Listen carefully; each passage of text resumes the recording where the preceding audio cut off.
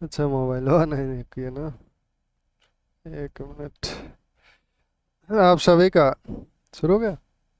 आप सभी का स्वागत है। आप लोग जो आइए इतिहास में आ जाए। और ये उम्मीद की जाती है, विशेषकर मेरी उम्मीद तो ये है कि आप लोग अच्छे होंगे, स्वास्थ्य आपका अच्छा होगा। आप सभी लोग जल्दी जुड़िए तो हम लोग बात आगे शुरू किया जाए। और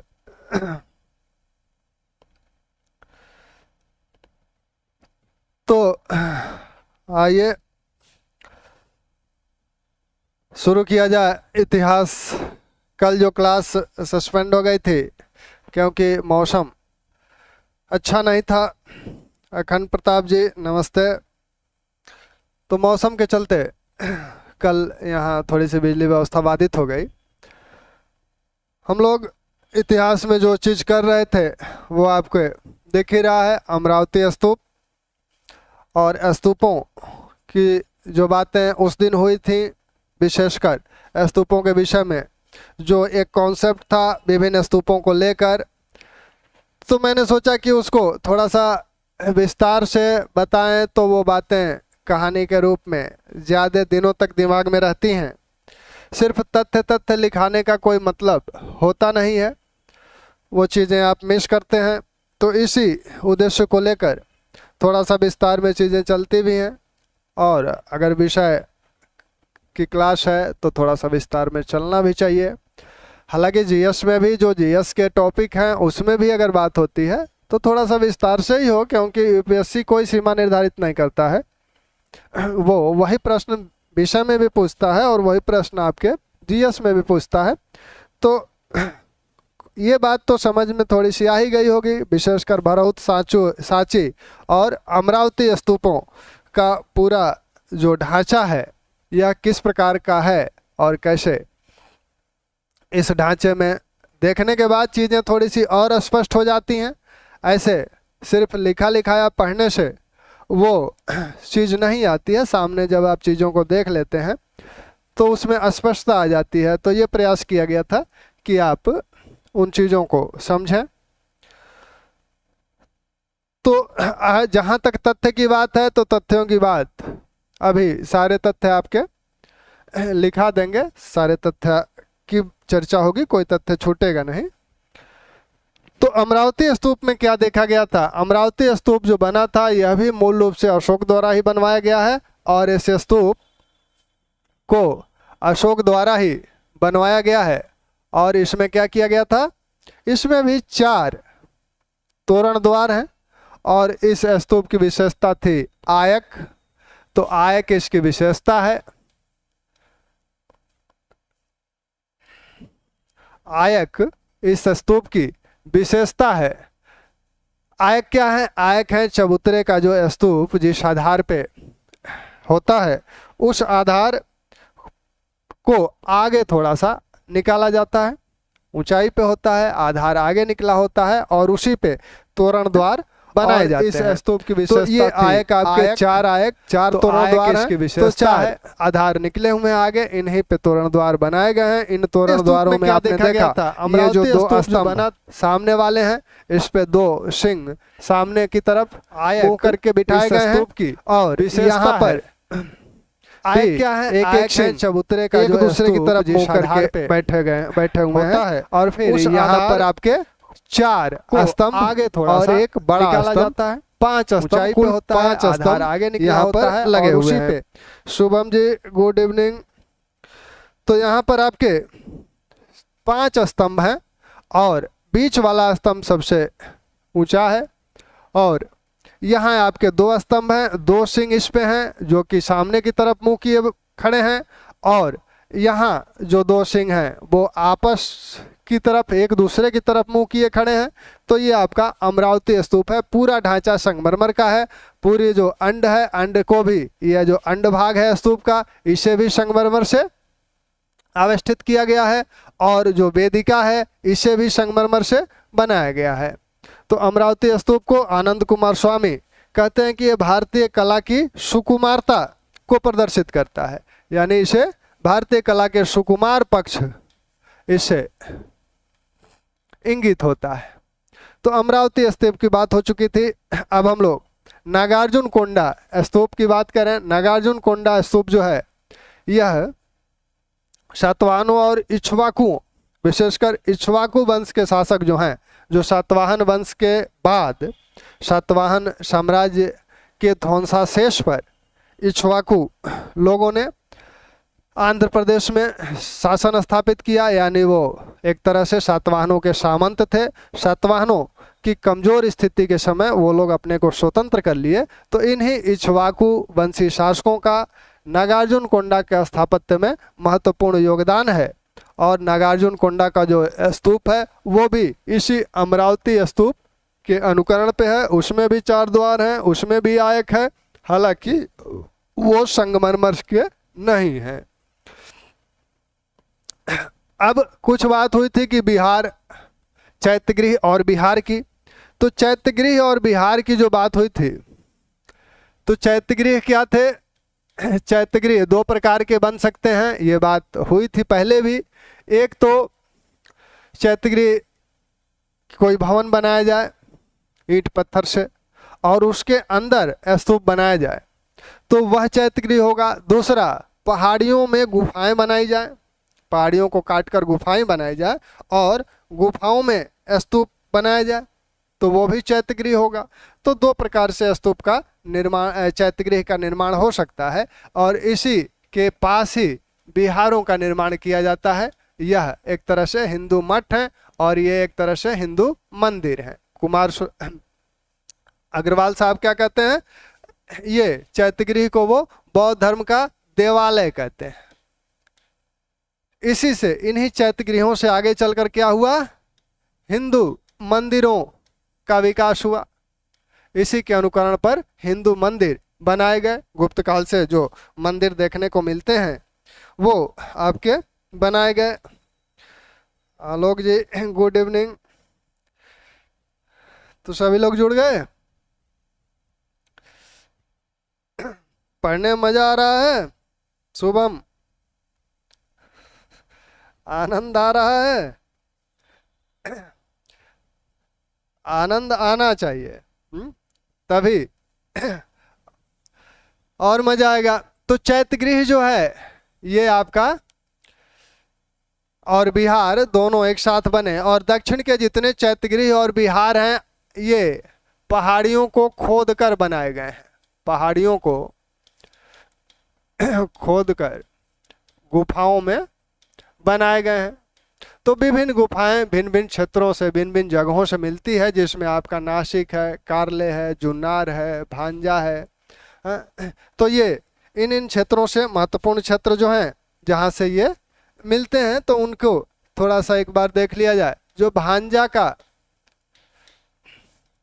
की गुफाएं हैं ये सबसे प्राचीन गुफाएं उस समय की मानी जाती हैं। और यहाँ जो गुफाएं बनाई गई हैं ये काष्ठकला के अनुकरण पर बनाई गई हैं। जैसे काष्ठकला में नक्काशी वगैरह की जाती है, वही चीज यहाँ भांजा में देखने को मिलती है। वैसे ही जुन्नार में लगभग 150 गुफाएं मिलती हैं और इन 150 गुफाओं में कुछ चैत्यगृह हैं और अधिकांश बिहार हैं।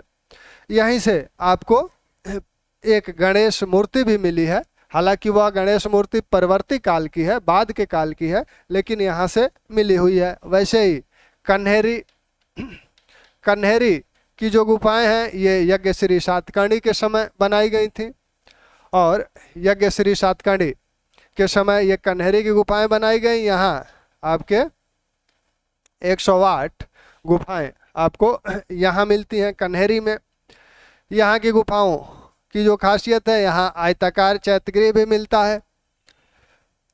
ठीक, यहीं से आपको नाहपान कुछ यवनों का भी उल्लेख इस गुफा से हुआ है।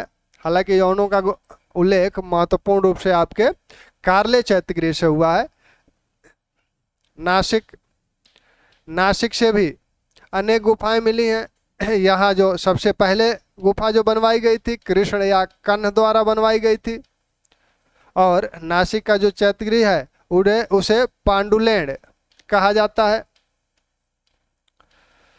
पांडुलेंड बोला जाता है। सबसे प्रमुख जो चैत्यगृह है वो आपका है कार्ले का चैत्यगृह, जो कि सबसे बड़ा चैत्यगृह है। नमस्ते MKS बायो। तो कार्ले का चैत्यगृह सबसे बड़ा चैत्यगृह है और इस चैत्यगृह का निर्माण पुलमावी के काल में इसका निर्माण हुआ था और बैजंती के एक व्यापारी भूतपाल द्वारा इसका निर्माण करवाया गया। यहाँ से जो लेख मिला है उस लेख में यह दावा किया गया है या कहा गया है कि इसका निर्माण भूतपाल ने करवाया, बैजंती के एक सृष्टि ने, और यह जम्बू द्वीप का सबसे बड़ा चैत्यगृह है। तो इस चैत्यगृह को, जो कार्ले का चैत्यगृह है, इसे ही सबसे बड़ा और सबसे सुंदर चैत्यगृह माना जाता है। तो हम लोग जो तथ्य हैं, तथ्यों के लिए आप लोग परेशान न होइए, तथ्यों की बात कर ली जाए तो तथ्य इनसे संबंधित जो हैं, भारहुत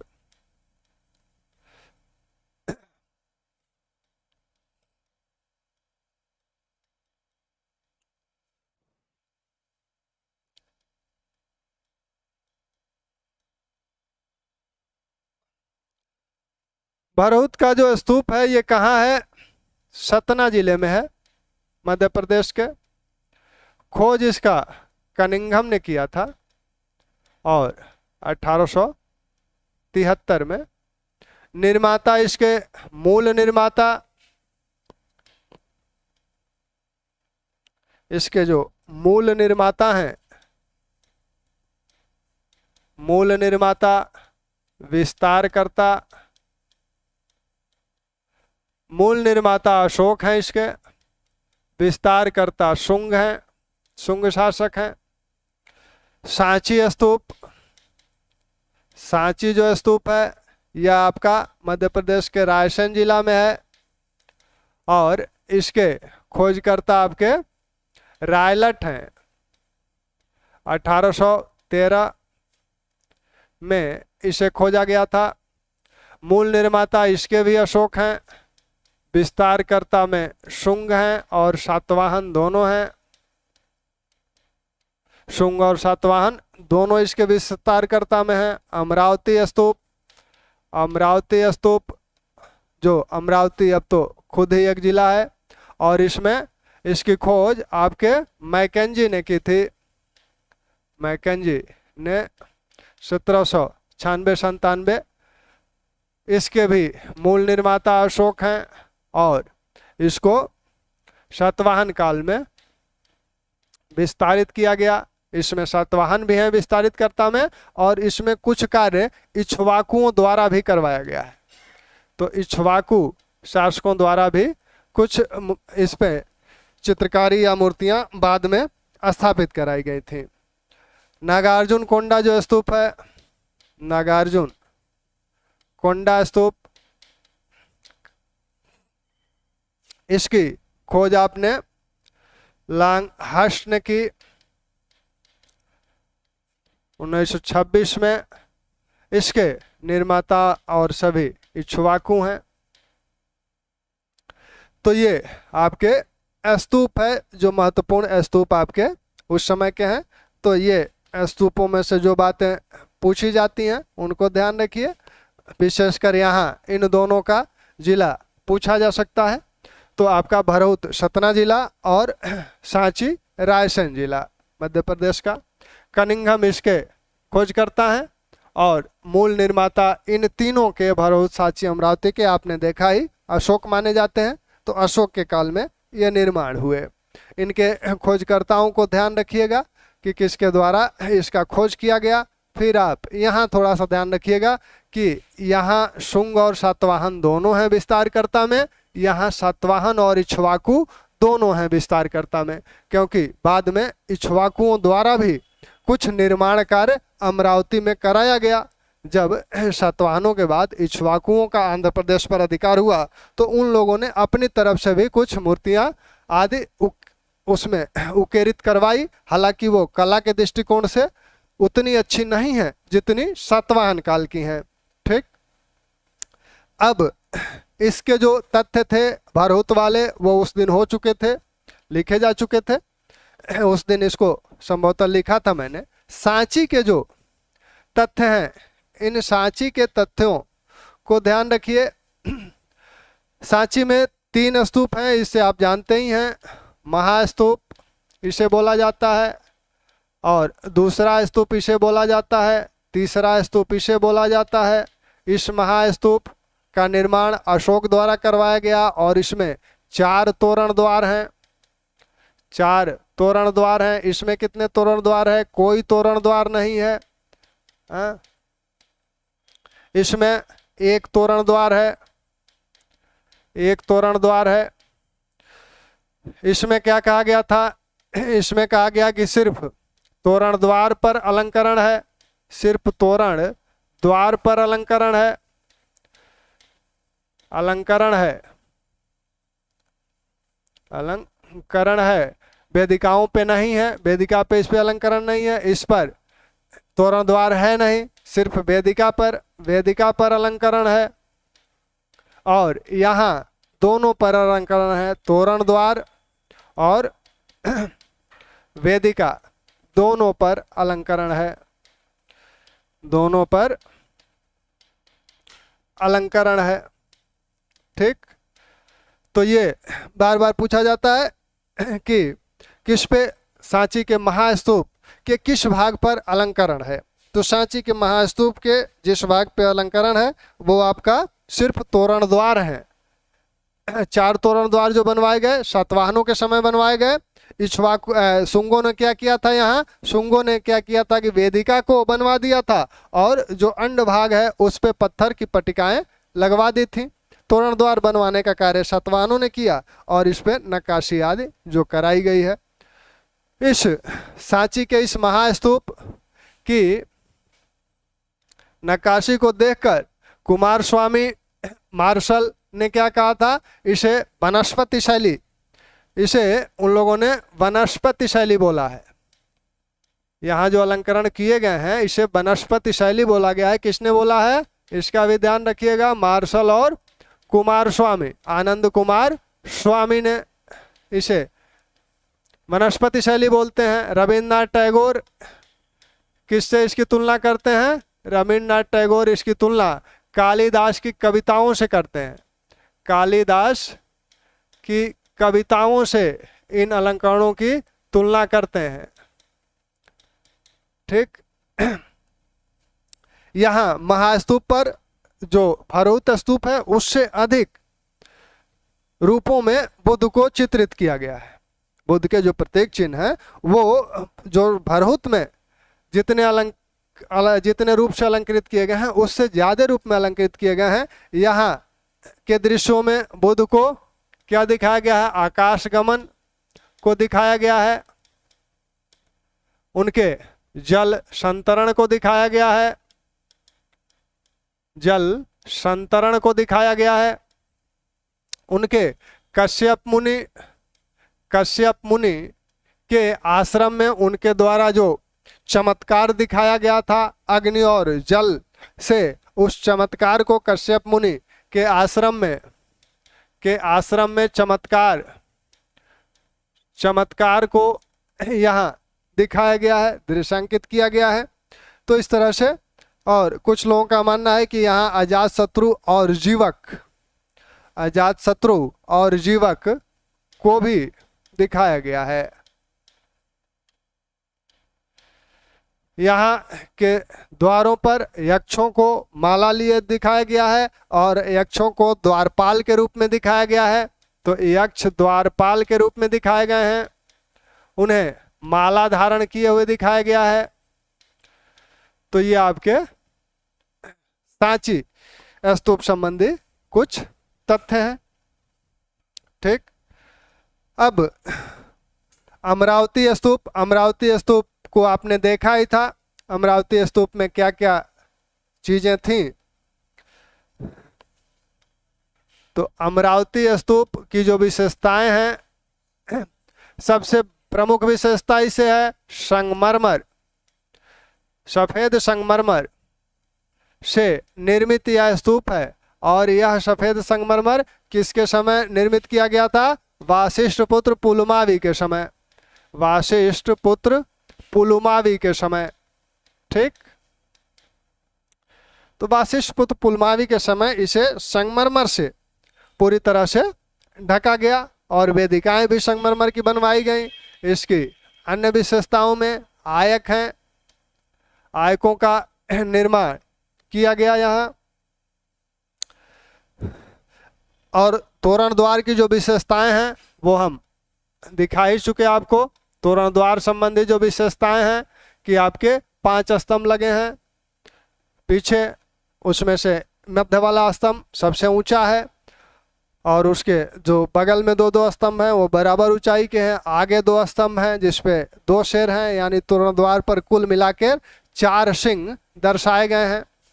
तो 4 सिंह तोरण द्वार पर आपको दिखते हैं, जिसमें से अगले स्तंभ पे, आगे वाला जो स्तंभ है उस पे आपको 2 सिंह दिखते हैं सामने की तरफ मुंह किए हुए, और पीछे वाला जो स्तंभ है उसमें एक दूसरे के सामने मुंह किए हुए हैं। नागार्जुन कोंडा जो स्तूप है, नागार्जुन कोंडा में अन्य निर्माण कार्य भी हुए थे।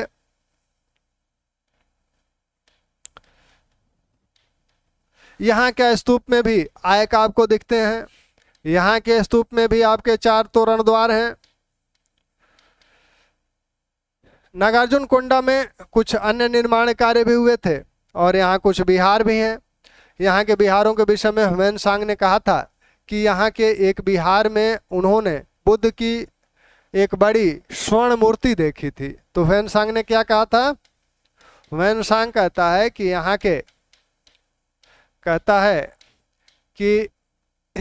के एक विहार में एक विहार में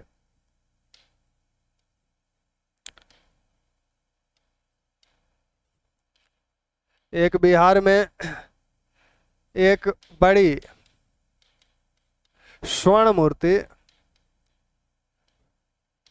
बुद्ध की थी। तो एक बड़ी स्वर्ण मूर्ति की बात, वो बुद्ध की स्वर्ण मूर्ति की बात करते हैं। इस स्तूप को इक्ष्वाकु वंश की जो रानियां हैं, वो इक्ष्वाकु वंश की रानियां क्या हैं? बौद्ध मत अनुयायी हैं। रानियां बौद्ध मत अनुयायी हैं।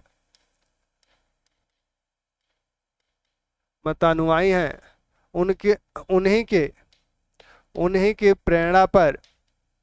प्रेरणा से यहाँ निर्माण कार्य हुए। तो उन्हीं की प्रेरणा से यहाँ निर्माण कार्य हुए। यहाँ यह देखा जाता है कि 22 स्वप्न स्तंभ यहाँ देखने को मिलते हैं। ये माना जाता है कि 30 रानियों ने यहाँ, जो इक्ष्वाकु वंश के संस्थापक हैं श्री शांतमूल, उनकी याद में यहाँ ये स्तंभ, छाया स्तंभ जिसे कहा जाता है, तो 22 छाया स्तंभों का निर्माण वहाँ की रानियों ने, छाया स्तंभों का निर्माण वहाँ की रानियों ने करवाया था। ठीक, तो ये आपके नागार्जुन कोंडा संबंधी जो तथ्य हैं।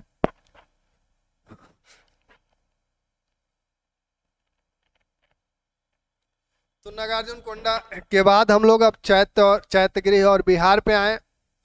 तो चैत्यगृह और बिहार जो है, चैत्यगृह और बिहार,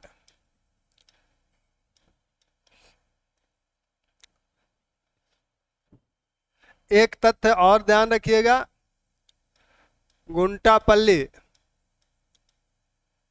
में दक्षिण भारत का सबसे पुराना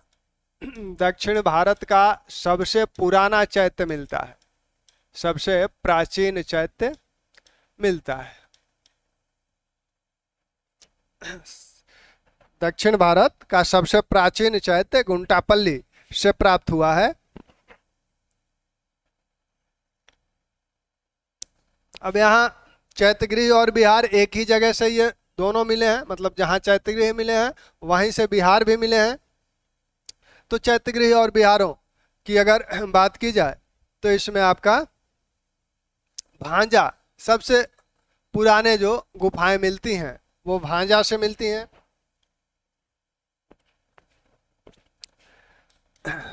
सर्वाधिक प्राचीन गुफाएं यहाँ क्या है, गुफाओं में चैत्यगृह और विहार दोनों हैं। कला कौन सी है, काष्ठ कला। काष्ठ कला के अनुकरण पर निर्माण कार्य हुए हैं। निर्माण कार्य हुए हैं। अब जो चैत्यगृह और विहार हैं इनकी संरचना, चैत्यगृह और विहार की संरचना देखिए। गुफाएं काटी जा रही हैं, तो गुफाएं जो काटी जा रही हैं, मान लीजिए ये याताकार भी काटी जाती थी या गोलाकार या ढोलाकार भी काटी जा रही हैं।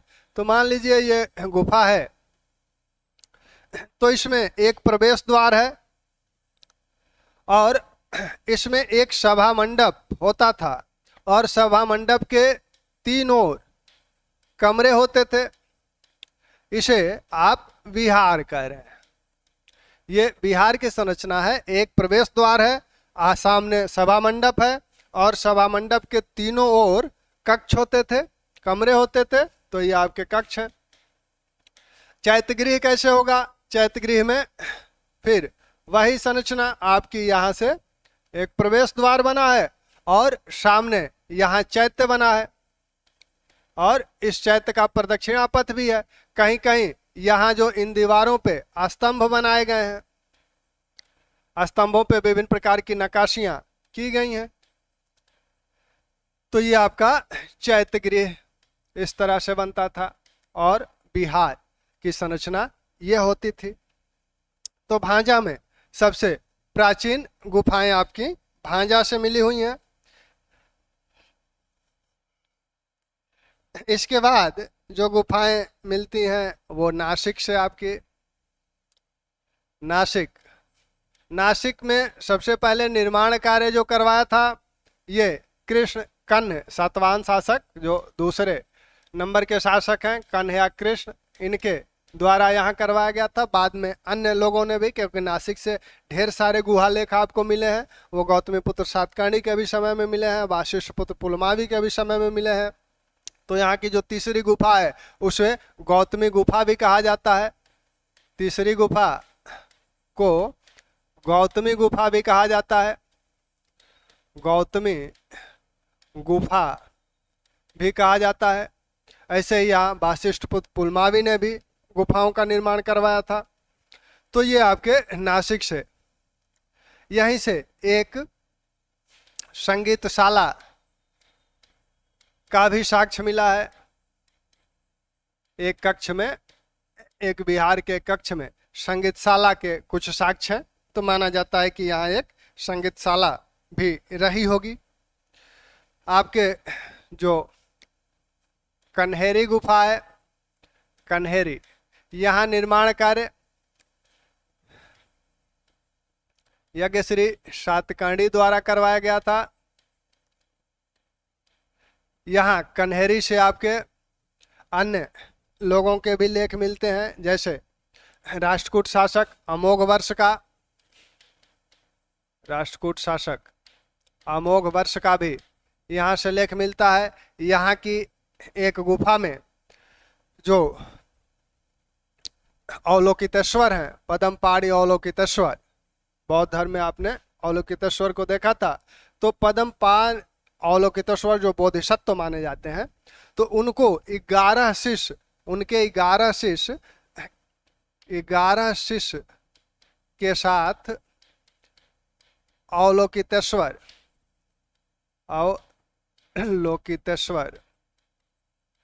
को दिखाया गया है। यानी उनके 11 शिष्य दिखाए गए हैं इसमें, यहीं कन्हेरी गुफा से ही। यहाँ कुल मिला के आपकी 108 गुफाएं हैं, जिसमें से एक आपका चैत्यगृह है और 107 विहार हैं। एक चैत्यगृह है और 107 आपके विहार हैं। जुन्नार और इस गुफा के निर्माण जिसने करवाया था, गुफा के निर्माण में माना जाता है कि इस गुफा का जो निर्माण हुआ था 2 भाइयों द्वारा इस गुफा का निर्माण करवाया गया था। इसके बाद हम लोग जुन्नार की बात कर रहे थे, तो जुन्नार में लगभग 150 गुफाएं मिलती हैं। जुन्नार में गुफाओं की संख्या 150 है, जिसमें से कुछ 6 लगभग चैत्यगृह हैं, वो भी आयताकार हैं, अन्य सब विहार हैं। तो सर्वाधिक गुफाएं कहाँ से मिली हैं? जुन्नार से मिली हैं। और कन्हेरी से कितनी मिली हैं? आपकी 108 मिली हैं, जिसमें से एक आपका चैत्यगृह है, अन्य सभी आपके क्या है? वो विहार है। अब सबसे महत्वपूर्ण जो गुफा है वो कार्ले की गुफा है। तो कार्ले की गुफा, इसका निर्माण पुलमावी के समय, वशिष्ठ पुत्र पुलमावी के समय वैजयंती के व्यापारी भूतपाल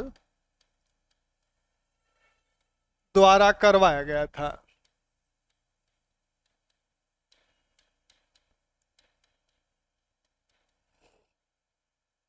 भूतपाल द्वारा, वैजयंती के व्यापारी भूतपाल द्वारा इसका निर्माण करवाया गया। और इसमें जो लेख मिला है, कार्ले लेख, उससे यह स्पष्ट कहा गया है इसमें कि यह जम्बूद्वीप का सबसे बड़ा चैत्यगृह है। जम्बूद्वीप का सबसे बड़ा चैत्यगृह है। तो अगर कहा जाए कि सबसे बड़ा चैत्यगृह कौन सा है, तो आपका कार्ले का है। यह सबसे बड़ा चैत्यगृह तो है ही, सबसे सुंदर भी है, सबसे सुंदर चैत्यगृह भी है। ठीक। तो कार्ले चैत्यगृह बार बार पूछा जाता है कि किसने बनवाया था, तो वैजयंती के एक व्यापारी या श्रेष्ठी भूतपाल ने इसका निर्माण करवाया था। और यह सबसे बड़ा चैत्यगृह आपका है, सबसे सुंदर चैत्यगृह भी है। इसमें कुछ यौनों के नाम है, इस लेख में कुछ यौनों का नाम है। और यौनों के नाम में आपके धम, सिंहध्वज का नाम, 2 यौनों का नाम है, धम और सिंहध्वज का। एक पारसी का भी नाम है, फरमान, एक पारसी का भी नाम है, फरमाश या फरमान। तो अगर कहा जाए कि सिरध्वज नामक यवन या धम नामक यवन का उल्लेख किस गुफा में हुआ है, तो कार्ले की गुफा में हुआ है, कार्ले के चैत्यगृह में हुआ है। और यहाँ एक पारसी का भी उल्लेख है। संभवतः इन लोगों ने भी, इनका भी इस निर्माण कार्य में कुछ योगदान होगा, क्योंकि बाद की जो गुफाएं आपको देखने को मिलती हैं, इसमें दानकर्ताओं का भी, विभिन्न, सिर्फ राज्य द्वारा ही नहीं बनाए जा रहे हैं, बल्कि विभिन्न लोगों द्वारा दान भी दिया जा रहा है। तो अमरावती स्तूप जो बना, अमरावती लेख जो मिला है, उस पर भी दानकर्ताओं की सूची दी गई है। वैसे ही आपके नागार्जुन कोंडा में भी, तो हो सकता है, बहुत कुछ संभव है कि यहाँ भी इन लोगों ने भी दान दिया हो। यहाँ से कार्ले से उषावदात का भी एक लेख मिलता है, यानी उसने भी यहाँ कोई विहार स्थापित करवाया होगा, बनवाया होगा। वैसे ही नासिक से आपको नाहपान का एक लेख मिलता है, नासिक से नाहपान का भी एक लेख मिलता है। तो संभवतः नासिक में उसने भी कोई विहार बनवाया होगा, इसीलिए एक लेख उत्कीर्ण करवाया गया है। जो सातवाहनकालीन लेख हैं, सातवाहनकालीन लेखों को आपने देखा, नासिक से लगभग सभी प्रमुख शासकों के लेख हैं। और ये लेख इन्हीं गुफाओं पे हैं। और ये जो विहार बनवाए गए हैं, इनकी जो गुफाएं हैं, इनकी जो दीवार है, छत है, ये पालिशदार है। पालिशदार यानी इन पर पालिश की गई है। जैसा कि आपने मौर्यों के समय देखा था, नागार्जुनी और बराबर पहाड़ियों में जो गुफाएं बनी थी, उनकी छत और दीवार जैसे पालिशदार थी, वैसे ही यहाँ भी ये पालिशदार हैं। तो इन्हीं गुफाओं को, ये गुफाएं दान में दी जाती थी बौद्ध संघों को।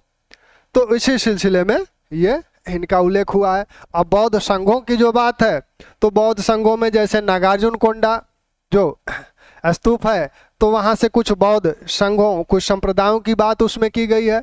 जैसे आपका स्थविर संघ कि उसमें उल्लेख है। महाविहार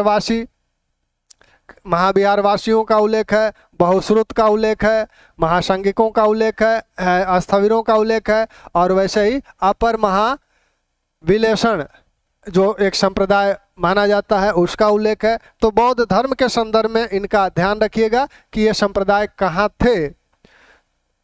आपने जब हम लोग सातवाहन धर्म पढ़ रहे थे तो वहाँ हम लोगों ने देखा था कि भदायनीय, धमोत्तरीय आदि संप्रदाय थे। तो भदायनीय संप्रदाय कहाँ से था? नासिक क्षेत्र में था। धमोत्तरीय आपका सोपारा क्षेत्र में था। तो वैसे ही यहाँ नागार्जुनकोंडा क्षेत्र में भी कुछ संप्रदायों का उल्लेख है। नागार्जुनकोंडा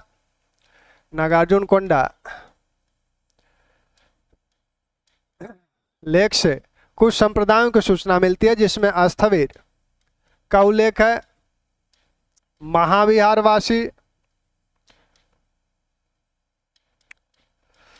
बहुश्रुत, महिषासक, अपर महाविलासेन। तो इन 5 संप्रदायों का उल्लेख इसमें नागार्जुनकोंडा में हुआ है। तो इस बात का ध्यान रखिएगा कि नागार्जुनकोंडा में किन बौद्ध संप्रदायों का उल्लेख हुआ है। तो स्थविर संघ का उल्लेख हुआ है, साथ में महाविहार वासियों का उल्लेख हुआ है, और आपके महाशासक का उल्लेख हुआ है, बहुश्रुतों का उल्लेख हुआ है, अपर महाविलासेनों का उल्लेख हुआ है। तो 4 इनको ध्यान रखिएगा। तो ये आपके लगभग जो महत्वपूर्ण स्तूप और विहार हैं वो हो गए। अब एक विहार जो गौतमीपुत्र सातकर्णी ने नासिक में बनवाया था, बहुत बड़ा विहार था। उस किस दृष्टिकोण से विहार था कि उसमें 18 कक्ष हैं। गौतमीपुत्र सातकर्णी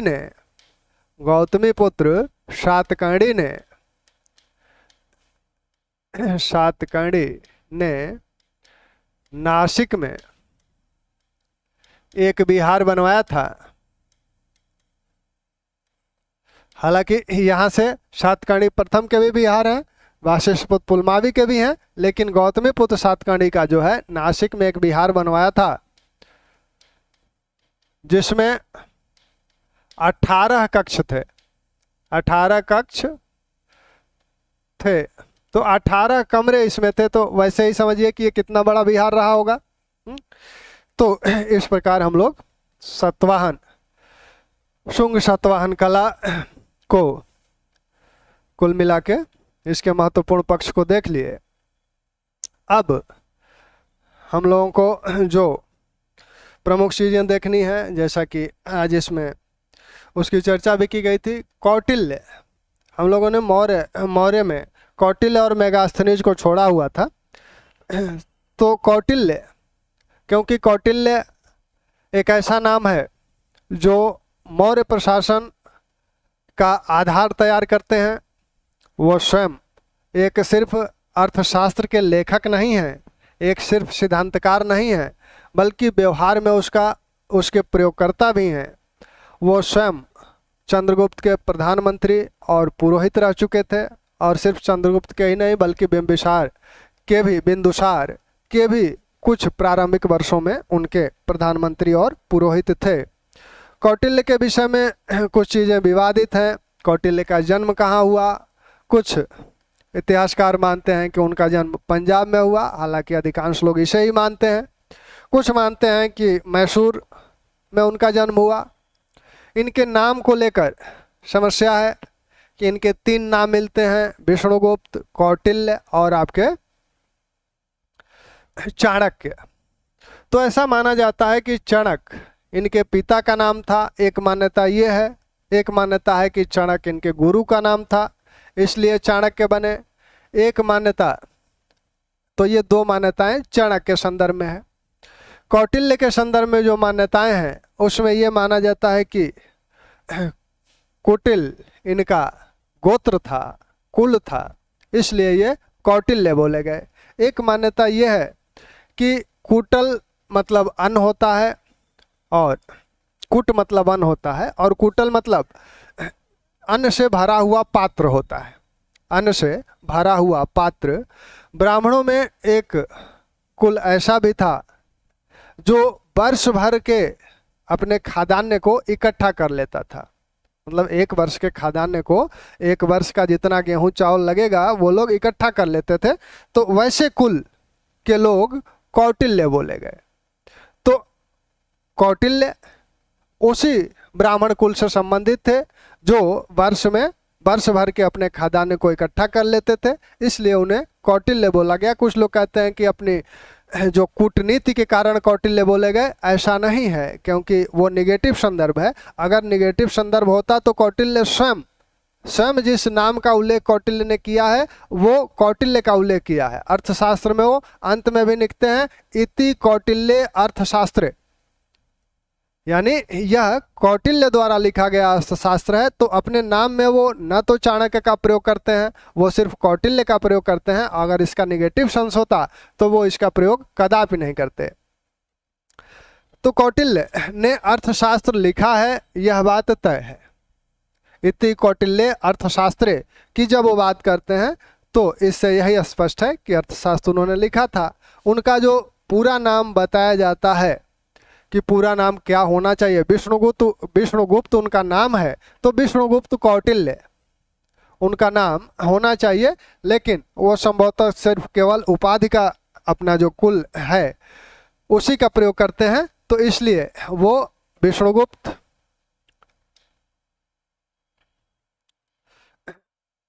सिर्फ उसी का प्रयोग करते हैं, तो इसलिए इनको कहा जाता है। कौटिल्य तो एक नाम है ही जिसका वो खुद उल्लेख करते हैं। विष्णुगुप्त, चाणक्य, तो ये चार नाम कौटिल्य के, तीन नाम कौटिल्य के। चाणक्य, ये चाणक्य इनके पिता या इनके गुरु थे, पिता या गुरु का नाम है इसलिए चाणक्य बोले गए।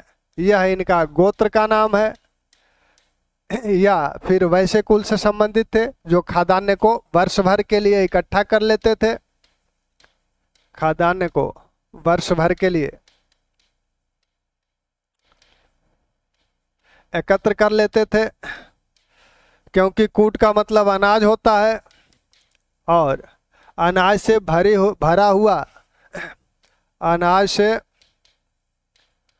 भरा हुआ पात्र, भरा हुआ डलिया या पात्र, डलिया समझ रहे हैं ना, कुटल बोला जाता है। डलिया टोकरी समझिए, जो पहले गांव में महिलाएं अपने लिए खुद ही बना लेती थी, बांस की या खरपतवार से उसे बुन के वो बना लेती थी। तो अब तो सब प्लास्टिक की चीज़ें आ गई, उसमें फिर एल्युमिनियम की भी चीज़ें डलिया के रूप में आ गई, टोकरी के छोटी टोकरियों के रूप में। तो ये नामकरण संबंधी इनका जन्म इनका कहाँ हुआ? अधिकांश लोगों की मान्यता है कि पंजाब प्रांत में, उस समय का जो पंजाब यानी तक्षशिला क्षेत्र में इनका जन्म हुआ है। तक्षशिला के आचार्य हैं। आगे की कहानी, तक्षशिला के आचार्य हैं, आगे की कहानी के विषय में आपने देखा, पहले मौर्य काल में देख ही चुके हैं कि विशाख दत्त के मुद्रा राक्षस में क्या बताया गया। विशाख दत्त के मुद्रा राक्षस में बताया गया, बौद्ध ग्रंथों में भी बताया गया कि कौटिल्य सक्टार नामक एक मंत्री था धनानंद का। वह राजा से कुपित था, घनानंद से कुपित था, तो उन्हें वह सबक सिखाना चाहता था। तो एक बार कहीं जा रहा था तो देखा कि एक ब्राह्मण, उसके पैर में कोई कुश चुभ गया है। तो ब्राह्मण क्या कर रहा है कि उस कुश का जो पौधा है उसमें मट्ठा डाल रहा है, उसको तो तोड़ दिया है, फिर उसमें नीचे उसमें मट्ठा डाल रहा है। तो ये हुआ कि अब वह देखा मंत्री शकटार तो समझ गया कि यह बहुत बुद्धिमान और हठी ब्राह्मण है, क्योंकि इसके पैर में चुभा है तो यह उसका समूल विनाश कर देना चाहता है। मट्ठा डालने से उसकी जो अंदर जड़ होगी फिर वो नहीं पनपेगी। तो ये सोचा, शकटार ने सोचा कि हमारे काम का यही है। तो एक बार कोई यज्ञ हो रहा था, उसमें शकटार ने इन्हें प्रमुख पुरोहित का जो आसन था वहां ले जाकर बैठा दिया, और कौटिल्य बहुत ही कुरूप थे। तो कौटिल्य की वहां जो प्रमुख ब्राह्मण था, जो पुरोहित था दरबार का, वह आया और राजा से कहा कि ये क्या किए हैं, इतने कुरूप ब्राह्मण को आप इस आसन पे बैठाए हैं। फिर तो राजा भी देखे। उसके बाद कौटिल्य को अपमानित करके वहां से निकाला गया। कौटिल्य अपमानित हुए तो वही प्रण किए कि हम इनका समूल विनाश करेंगे। तो ये सारी बातें तो मौर्य काल में हो चुकी हैं। अब समूल विनाश करेंगे तो उसके लिए जो रणनीति बनाई है, और अधिकांश जो मौर्य प्रशासन के विषय में जो ज्ञान प्राप्त होता है वो आपके अर्थशास्त्र से होता है। अर्थशास्त्र की पांडुलिपि, हस्तलिखित पांडुलिपि एक ब्राह्मण को मैसूर में मिली, और उसने मैसूर संग्रहालय को ले जाकर यह दिया, और 1905 में यह पांडुलिपि प्राप्त हुई थी। श्याम शास्त्री को मिली, जो उस समय उस संग्रहालय के प्रमुख थे। श्याम शास्त्री ने 1915 में इसे प्रकाशित कराया। तो यह सबके विश्व के सामने अर्थशास्त्र जैसी कृति 1915 में सामने आई। विदेशी विद्वानों ने भी इसकी प्रशंसा की कि इस तरह का ग्रंथ उस समय लिखा गया था। अर्थशास्त्र ही क्यों लिखा गया, इसका नाम अर्थशास्त्र क्यों दिया गया, क्योंकि यह राजनीति शास्त्र की पुस्तक मानी जाती है, राजनीति शास्त्र की पुस्तक मानी जाती है। तो अर्थशास्त्र इसका नाम क्यों दिया गया, तो अर्थशास्त्र नाम देने के पीछे कौटिल्य बताते हैं कि मनुष्य जो जीविका उपार्जन करता है भूमि से, उसे अर्थ कहते हैं। भूमि से जो जीविका उपार्जन करता है, मनुष्य भूमि से ही, क्योंकि उस समय कृषि ही थी, तो भूमि से जीविका उपार्जन करता है, तो मनुष्य युक्त भूमि को अर्थ कहते हैं। और इस भूमि को प्राप्त करने और इस भूमि की रक्षा करने संबंधी जो बातें, जो सिद्धांत जिस ग्रंथ में बताए गए हैं उसे अर्थशास्त्र कहते हैं। तो अर्थशास्त्र नाम क्यों पड़ा, अर्थशास्त्र नाम इसलिए पड़ा क्योंकि मनुष्य युक्त भूमि को प्राप्त करने और रक्षा करने संबंधी शास्त्र अर्थशास्त्र है। अर्थशास्त्र है। अब ये मनुष्य युक्त भूमि में आपका राज्य आ जाएगा। राज्य में आप क्या कहते हैं, राज्य के जो आधुनिक संकल्पना है उसमें भी यही कहा जाता है कि निश्चित भूभाग हो और जनसंख्या हो। तो निश्चित भूभाग और जनसंख्या इस मनुष्य युक्त जो भूमि है यह प्राप्त करने से आ जाएगा, क्योंकि मनुष्य युक्त भूमि है, यह प्राप्त किया जा रहा है। यानी जितना भूखंड आप प्राप्त कर रहे हैं वो आपके राज्य क्षेत्र का हिस्सा है। उस राज्य क्षेत्र की रक्षा करने संबंधी शास्त्र ही आपका अर्थशास्त्र है। यानी मूल रूप से यह प्रमुख रूप से राजनीति शास्त्र है, लेकिन इसमें जो बातें की गई हैं, समाज की भी बातें की गई हैं, धर्म की भी बातें की गई हैं, लेकिन आप कहेंगे कि मूल रूप से यह राजनीति शास्त्र की पुस्तक है। इसमें अर्थव्यवस्था की भी बात की गई है। मौर्यकालीन अर्थव्यवस्था, विभिन्न प्रकार के करों की सूची दी गई है, कैसे कैसे कर उगाए जा सकते हैं, वो सारी बातें बताई गई हैं। इस अर्थशास्त्र में 15 अधिकरण हैं, 180 प्रकरण हैं। 15 खंड में यह है, 15 अधिकरण है, 180 प्रकरण है। 15 अधिकरणों में पहला अधिकरण जो है विनयाधिकारिक उसे बोला जाता है। राजा के विषय में बताया गया है, राजा के कर्तव्यों के विषय में, उनके गुणों के विषय में विस्तार से चर्चा की गई है, उनके कर्तव्यों के विषय में चर्चा की गई है, उन्हें किस तरह से मंत्रियों को नियुक्त करना चाहिए, कैसे गुप्तचरों को नियुक्त करना चाहिए, ये सारी बातें प्रथम अधिकरण जिसे विनयाधिकारिक बोला गया है उसमें किया गया है। दूसरा जो अधिकरण है जिसे अध्यक्ष प्रचार बोला जाता है, इस अध्यक्ष प्रचार में जो अध्यक्ष हैं, प्रमुख पदाधिकारी हैं, राज्य के, उनकी चर्चा है। फिर आपका तीसरा अधिकरण जिसे धर्मस्थीय बोला गया है, यह विभिन्न न्यायालयों की बात करता है। दीवानी न्यायालय होंगे, न्यायालयों में कितने न्यायाधीश बैठकर कार्य करेंगे, तो 3-3 न्यायाधीश बैठकर कार्य करेंगे। मौर्यकालीन न्याय व्यवस्था में आप देख ही चुके हैं, तो उसकी बात करता है। फिर चौथे अधिकरण में यह रक्षण की बात करता है, समाज को चोरों आदि से रक्षा करने की बात करता है। पांचवें अधिकरण योग वृत्ति है। इसमें विभिन्न जो अधिकारी हैं उनके कर्तव्य क्या हैं, राज्य कर्मचारियों के कर्तव्य क्या हैं, वो अगर विश्वासघात करते हैं तो उसके लिए किस तरह के सतर्कता बरतनी चाहिए, राज्य द्वारा किस तरह के नियम बनाए जाने चाहिए, इसकी बात इसमें की गई है। छठवां जो अधिकरण है बहुत ही महत्वपूर्ण अधिकरण है और इसे प्रकृत्याह बोला गया है। इसमें राज्य के जो 7 अंग हैं, सप्तांग है, इसी छठवें अधिकरण में सप्तांग सिद्धांत की चर्चा की गई है। सप्तांगों का उल्लेख इसी छठवें अभिकरण में है। 7वें अभिकरण में षडगुणों की चर्चा है। 8वें अभिकरण में आपके युद्ध सेना संबंधी चर्चा है, सेना संबंधी चर्चा है। और इसके बाद जितने अधिकरण है 15 तक, ये मुख्यतः युद्ध से संबंधित है। 9वें अधिकरण में सेना अभियान पर जा रही है तो उसके पूर्व किस तरह की तैयारी करनी चाहिए, उसकी चर्चा है। फिर उसके बाद वो संघवृत्त की बात करते हैं कि छल कपट आदि से किस तरह से युद्ध जीता जाता है। उसके बाद वो जो दुर्बल राजा हैं वो किस तरह का प्रयोग करते हैं छल आदि का, उसकी बात करते हैं अवलियास में। फिर उसके बाद करते हैं दुर्गों को कैसे जीता जा सकता है। दुर्गम्यो पाए में वो उल्लेख करते हैं कि दुर्गों का प्रकार तो पहले बता चुके हैं, अब यहाँ बता रहे हैं कि दुर्गों को कैसे जीता जा सकता है। तो इस तरह से वो 15 अभिकरणों की चर्चा कौटिल्य द्वारा इसमें की गई है। 15 अधिकरणों के 15 विषय हैं, तो 15 अधिकरण में जो प्रमुख अधिकरण हैं उनको आप देख लें जो बार बार पूछे जाते हैं। कौटिल्य राज्य को कौटिल्य क्या मानते हैं, राज्य को वो सामाजिक समझौता सिद्धांत, राज्य की उत्पत्ति के संदर्भ में उनका जो मत है वो सामाजिक समझौता सिद्धांत का है। तो राज्य की उत्पत्ति में कौटिल्य का जो विचार है वह सामाजिक समझौता सिद्धांत का है। राज्य की उत्पत्ति कैसे मानते हैं, वो कहते हैं कि बड़ी मछली छोटी मछली को खा जाती है, मत्स्य न्याय पहले था। उस मत्स्य न्याय को समाप्त करने के लिए समाज के लोगों ने मिल बैठ के यह तय किया कि हम में से अपने में से किसी को राजा बनाना चाहिए जो विभिन्न प्रकार के नियम विनियम बनाए और सभी लोग उसका पालन करें। हाब्स जिस सामाजिक समझौते की बात करता है उसी सामाजिक समझौते की बात ये भी करते हैं। हाब्स भी कहता है कि पहले अराजकता थी और बाद में इस समझौते के तहत व्यवस्था स्थापित हुई। तो हाब्स के सामाजिक समझौता सिद्धांत की तरह ये भी सामाजिक समझौता सिद्धांत को मानते हैं।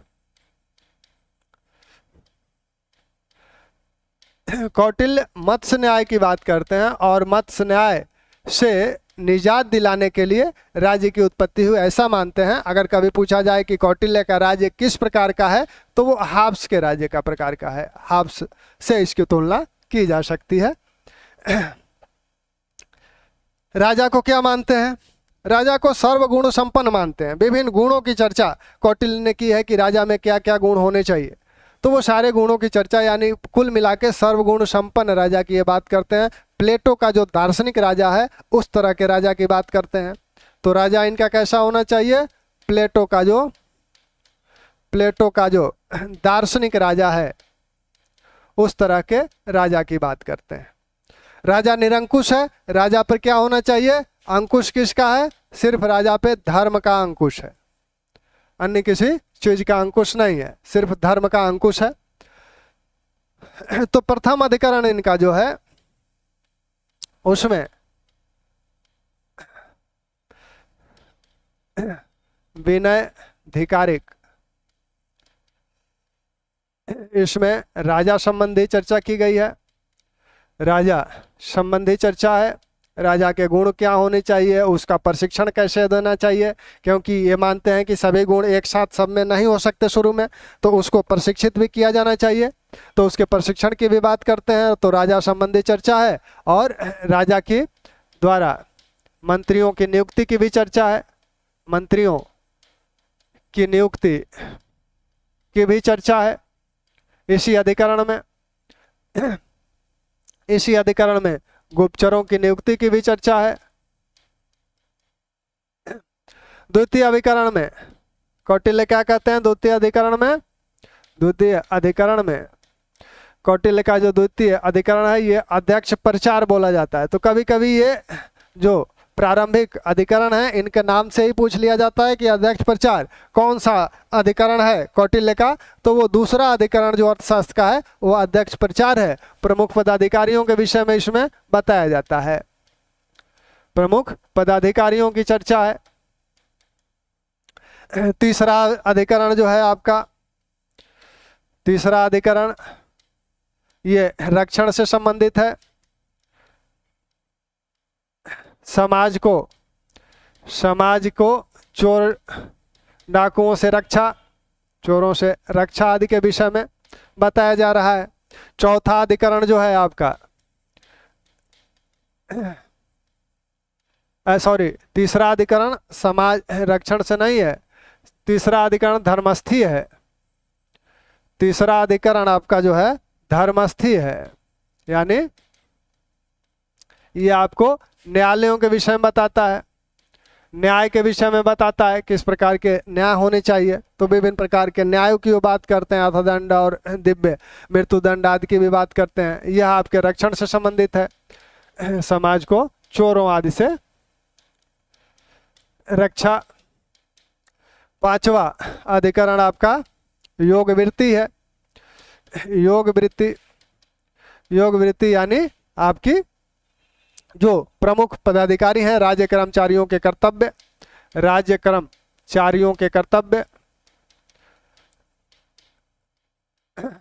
और उनके द्वारा किए गए विश्वासघात की भी चर्चा इसी में है, योग वृत्ति में। छठवां जो अधिकरण है, छठवां अधिकरण, इसी में आपका प्रकृत्या बोला गया है। इसे प्रकृत्या, इसमें आपके सप्तांग सिद्धांत जो 7 अंग हैं, सप्तांग की बात इसी में की गई है। 7 अंग आप मौर्य प्रशासन में देख चुके हैं, स्वामी अमात्य राष्ट्र दुर्ग बल कोश मित्र। सातवां अधिकरण आपका जो है वो क्षणगुण है, विभिन्न प्रकार के ये विदेश नीति संबंधी ये अधिकरण है। विदेश नीति में वो 6 गुणों की बात करते हैं, 6 नीतियों की बात करते हैं, तो ये विदेश नीति संबंधी है। 8वां से लेकर 15वें तक सेना और युद्ध संबंधी समय की अपनी सीमाएं हैं, तो इसलिए इसको कल इसके साथ साथ मेगास्थनीज और मनुस्मृति, मनु की भी थोड़ी सी बात कर ली जाएगी, तो हम लोग सातवाहन तक बिल्कुल फुर्सत हो जाएंगे। ठीक, तो आप लोग चलें, पढ़ें और मस्त रहें, पढ़ते रहें। धन्यवाद।